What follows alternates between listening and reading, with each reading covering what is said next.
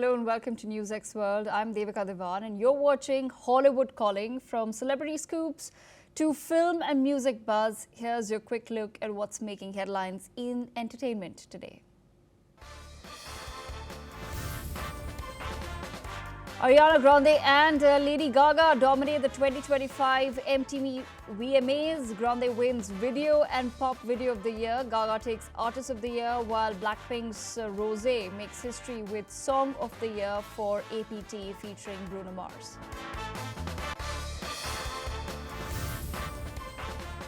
Duke of Sussex Prince Harry reunites with King Charles III after 19 months in private meeting at Clarence House, sparking hope for family reconciliation amid King's cancer treatment and ongoing royal rift.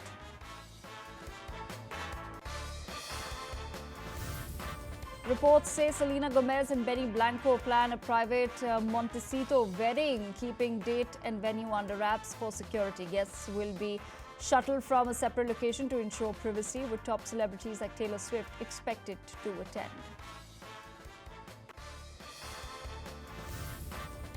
Nina Dobrev reveals pay disparity on The Vampire Diaries, saying she was paid less than her male co-stars despite dual roles. The studio refused equal pay, limiting her script time. Dobrev calls the pay gap hurtful and upsetting.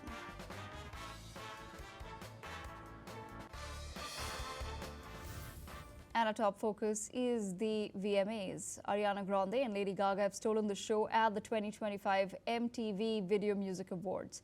Grande won Video of the Year and Best Pop Video, thanking therapists and gay people. Gaga won Artist of the Year and delivered a high-energy performance, dedicating her win to fans and her fiancé, Michael Polanski.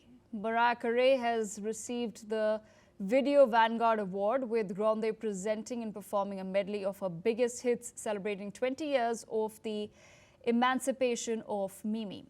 Ozzy Osbourne was honored with a star-studded tribute featuring Aerosmith, Youngblood and the Nuno Betancourt.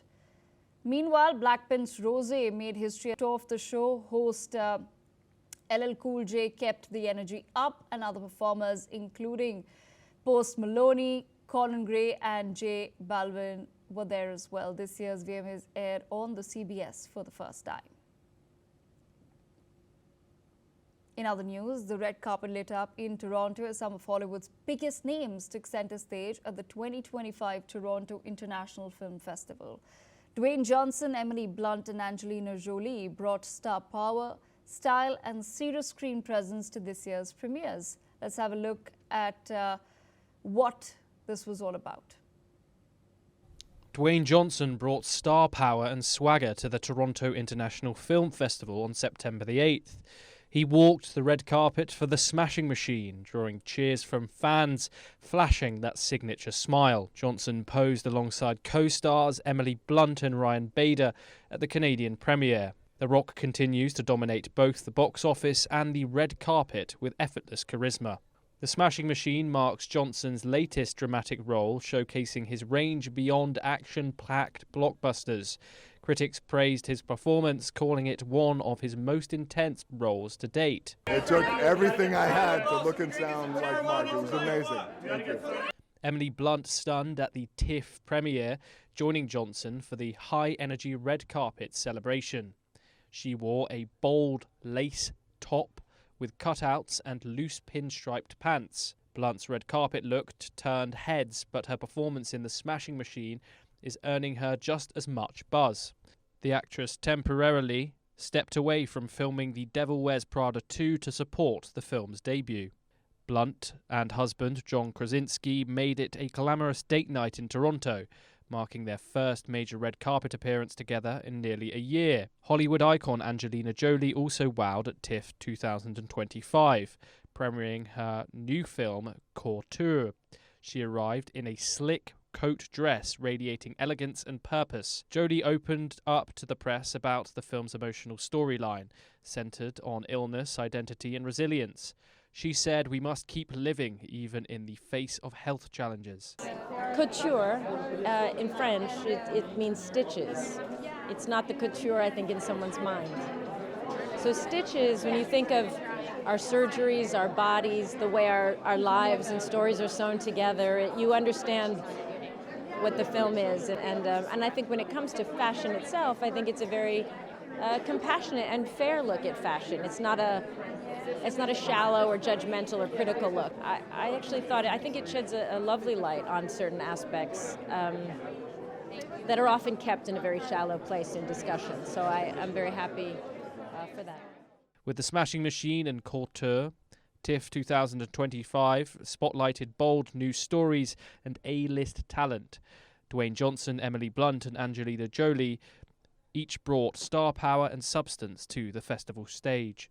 Bureau Report, NewsX World. Meanwhile, Selena Gomez and Benny Blanco are reportedly just weeks away from tying the knot, but fans are eager for the wedding details. But they'll have to wait. The couple is keeping their date and location tightly under wraps. Sources say they have chosen a private estate in Montecito, citing security concerns. Even invited guests haven't been told the exact address and will be shuttled in from another location. Top venues like Rosewood, Miramar Beach were ruled out to prevent leaks, with high-profile friends like Taylor Swift expected to attend, because of which the couple has doubled their security. Selena recently celebrated her bachelorette in Cabo. Benny has had his bachelor party in Las Vegas. The pair got engaged in December 2024. In other news, Julia and Emma Roberts reunited on the red carpet in New York City. It's their first public appearance together in over a decade. The aunt and niece duo attended an event in Central Park. Julia Roberts chose a chic black suit with a white shirt, while Emma Roberts wore a striking floor-length black gown with mesh details. Their red hair and coordinated styles drew attention, making them look like reflections of each other. Their relationship is known for its playful and supportive nature. Julia has often showed affection for her niece. Emma recently reflected on lessons learned from Julia, highlighting the challenges of Hollywood life. Julia Roberts herself has said that acting is her dream, but family life remains a top priority. This joint red carpet appearance celebrates family bonds and the balance between personal life and career success in Hollywood.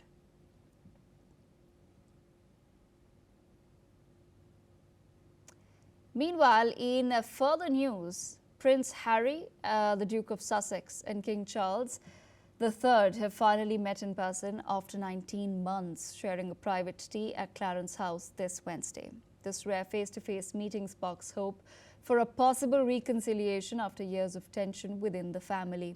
The rift began after Prince Harry and Meghan Markle's 2021 Oprah interview, which exposed family conflicts and caused a deep divide. The Duke of Sussex has expressed his wish to rebuild bridges, but some family members remain distant. While Prince Harry and King Charles are connected, there's still no sign of a thaw between him and his brother Prince William, who's focused on his family and royal duties amid health concerns for his wife, Princess Catherine. Harry continues his charity work, recently pledging support for injured children in Gaza and Ukraine. This meeting, however, marks a hopeful step towards healing and a possible new chapter for the family.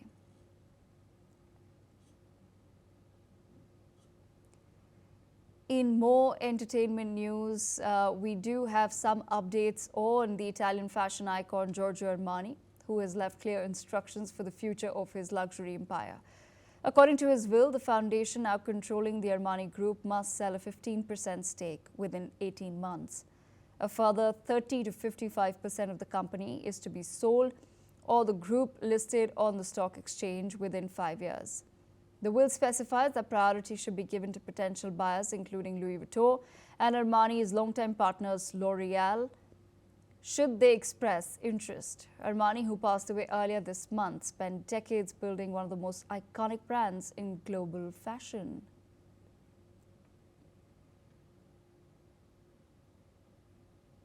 Meanwhile, in a major revelation, Nina Dobrev is speaking about her fight for equal pay on The Vampire Diaries. According to the new book, I Was Feeling Epic, Dobrev said that she was paid less than her male co-stars during the show's early seasons, despite playing dual roles as Elena and Catherine. She revealed that she worked double hours and memorized double the lines, but her contract only covered one character. Dobrev, alongside Candace King and Kat Graham, were reportedly the lowest paid series regulars in season 1 and 2. While she eventually negotiated a raise, she never reached pay parity with the male leads Paul Wesley and Ian Somerhalder. Dobrev says the studio refused to match her pay on principle. Writers were instructed to exclude Catherine from scripts to avoid increasing her pay. Dobrev called the pay gap hurtful and upsetting, saying that she felt her work wasn't valued equally. She returned only for the series finale.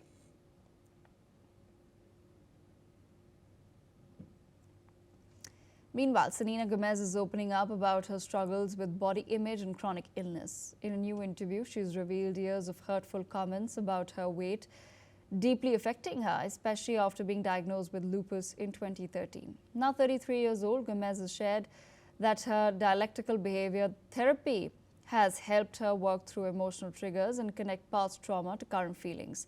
Despite being in remission after a 2017 kidney transplant, she still experiences flare-ups and dexterity issues. Through it all, Gomez remains committed to personal growth, saying she's focused on evolving and improving every part of her life. Prince Harry, the Duke of Sussex, and King Charles III have finally met in person after 19 months, sharing a private tea at Clarence House this Wednesday. This rare face-to-face meeting sparks hope for a possible reconciliation after years of tension within the royal family.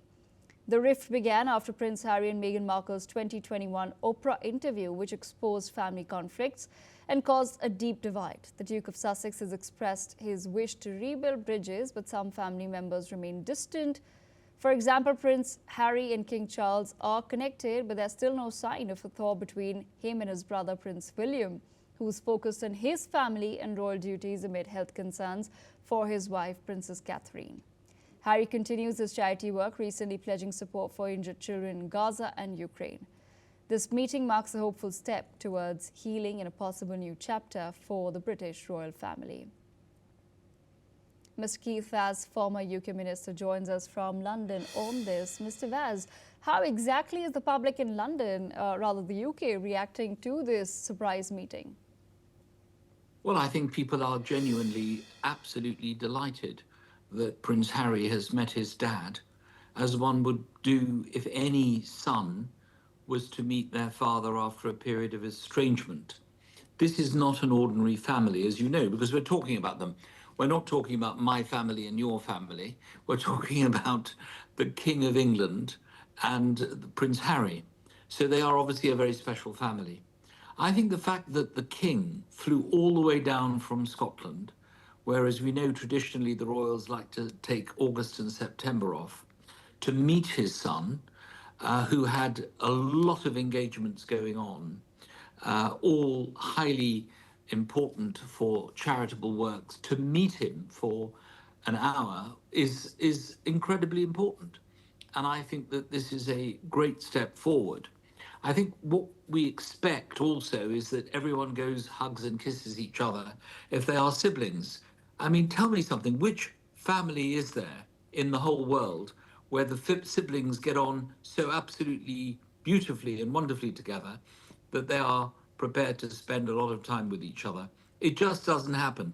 As you get older, whoever you are, whether you're Prince Harry or you are your next door neighbor, people start to get distances between their various people, between their various siblings. So this is a very important step forward, and I'm particularly excited about it because I think Harry is a megastar. He was able to come here for 4 days, and even though there were many world events going on, the bombing of Doha, the Russian drones over Poland, the assassination of Charlie Kirk in America, the fact that the resignation of the British ambassador to the United States, Harry's visit still got massive headlines, which shows that he is a pretty big megastar. Absolutely, but at the same time, Mr. Vaz, with Prince William still distant, is it realistic to expect a full family reconciliation anytime soon? I mean, first of all, do we care? first of all, whether there should be a reconciliation. How is this going to affect the price of a loaf of bread? If they don't want to get on, that's their business. I think the strongest relationship you have, just treat this as an ordinary family for a moment. The strongest relationship you have is with your parents, not necessarily with your brother and sister. I mean, I haven't seen my sister for 6 months, and I live in London, and so does she. My other sister I see practically every week. It depends on who is available and who wants to see each other. These are personal family relations. Prince Harry is not undertaking royal duties. He doesn't have to be hugging and kissing his brother every 5 minutes. But I think there is a special relationship with your parents. And Charles, because he is ill, made a big effort. Let's not underestimate the fact that at the end of the day, it should be for the child to go to the parent. Let's do it in Indian speak. As a parent, we would be astonished if our children didn't come and see us, not the other way around. But here we have what is basically an English family where dad comes all the way down, meets him, they have an hour's meeting, which is a long time, to be honest, and then they go their separate ways. I think that's wonderful. I feel really happy about that. I've met Charles. I think he's a great king. I think he's very sympathetic to so many communities. I've never met Harry, though I've met his mum, Princess Diana, and I've never met William. I only know what you know from NewsX and all these other outlets. So this is a very important step forward. I think William's missed an opportunity. If you are just the man next door or the woman next door, it doesn't really matter whether you see your brother and sister. If you are going to be the King of England, I think you need to show that you can be decent to your family. If you can't be decent to your family, how on earth can you be decent to strangers? And these two boys have gone through a lot together. The death of their mother, the divorce of their parents, living in the public eye, constant scrutiny. They can't go down the supermarket and buy anything without the whole world knowing. And in this world of social media, I think that actually William should make the effort. I don't know whether Harry does. I would imagine he's in England, so you bring up your brother and you pack your toothpaste and toothbrush and say, by the way, William, I'm coming to the UK. Have you got some time to meet? It would be lovely to meet you and meet the family. I'd be very surprised if that didn't happen. Very surprised, knowing the kind of guy Harry is. But obviously, he can't just knock on the door. Nobody answers. That'll be a bigger story. Imagine if Harry went to Windsor and knocked on the door and nobody opened it and they said, I'm sorry, William is not in, or turned up at one of his engagements yesterday, which are public knowledge, would have been worse. So I think this is probably the best of all worlds at the moment. But I think the olive branch now, Yes. it needs to be handed by the Prince of Wales. All right, Mr. Vass, thank you so much for joining us on that. Meanwhile, in a major revelation, Nina Dobrev is speaking out about her fight for equal pay on Vampire Diaries. According to her new book, I Was Feeling Epic, she's spoken about being paid less than her male co-stars during the show's early seasons, despite playing dual roles as Elena and Catherine. She revealed she worked double hours and memorized double the lines, but her contract only covered one character. Dobrev, alongside Candice King and Kat Graham, were reportedly the lowest paid stars in season 1 and 2. While she eventually negotiated a raise, she never reached pay parity with the male leads Paul Wesley and Ian Somerhalder. Dobrev says the studio refused to match her on pay principle. Writers were instructed to exclude Catherine from scripts to avoid increasing her pay. Dobrev has called the pay gap hurtful and upsetting, saying she felt her work wasn't valued equally. Professor Mudita Raj joins us on the broadcast. Professor Mudita Raj, how do you think these new revelations by Nina Dobrev will shed further light on the issue of pay parity? So I personally believe and have seen through the various interviews that have come forward, the various memoirs or by actresses that have come forward, that pay parity is not just pay parity is something that everybody desires. We are unfortunately living in a world where artists, irrespective of the kind of work they are putting in, are denied equal pays. And unfortunately, it is the vulnerable communities and women who are often denied equal pay rights. And even if when we are looking at this particular case, and the production house says that it is on principle that the equal pay can't be given or the extra pay can't be given, it seems that demanding equal pay seems like a privilege where it should be a right. And when you talk about the context and you say that the writers were asked to remove certain parts where she was more visible, that somewhere also points towards the superstar culture, the politics of visibility that exists in the industry. If you look closer home towards India, we see similar cases happening, and more actresses like of the likes of Deepika Padukone, Tapsi Pannu, and even Kangna Ranaut come forward and talk about this issue. So I believe that if more and more people talk about it, there will be more awareness, there will be a change. But equal pay is not just something that is, a glorified concept. It should be the right of each artist. Okay, all right. Thank you so much for joining us with those thoughts. Meanwhile, Jacob Elordi and Olivia Jade may be back together, spotted at the Toronto International Film Festival on Monday. The couple attended the premiere of Jacob's new movie, Frankenstein, walking together into the Princess of Wales Theatre. This comes just over a month after reports they had split. Jacob and Olivia have had an on-again, off-again relationship for about 4 years, first linked in 2021. During the premiere, Olivia waited for Jacob to finish photos, and he was seen holding the train of her dress, suggesting they may be rekindling their romance. Meanwhile, Little Mix star Perry Edwards is expecting her second child with fiancé Alex Oxlade-Chamberlain. She announced the news on Instagram with a sweet video showing her baby bump, joined by Alex and their son Axel, who is 3 years old. This comes weeks after Perry opened up about a difficult pregnancy loss, just months after the couple welcomed Axel in 2021. She spoke candidly about her experience, calling the scan at 20 weeks the worst day of her life. The announcement marks a joyous moment for the family, and Perry's post highlights both gratitude and hope after a challenging fertility journey.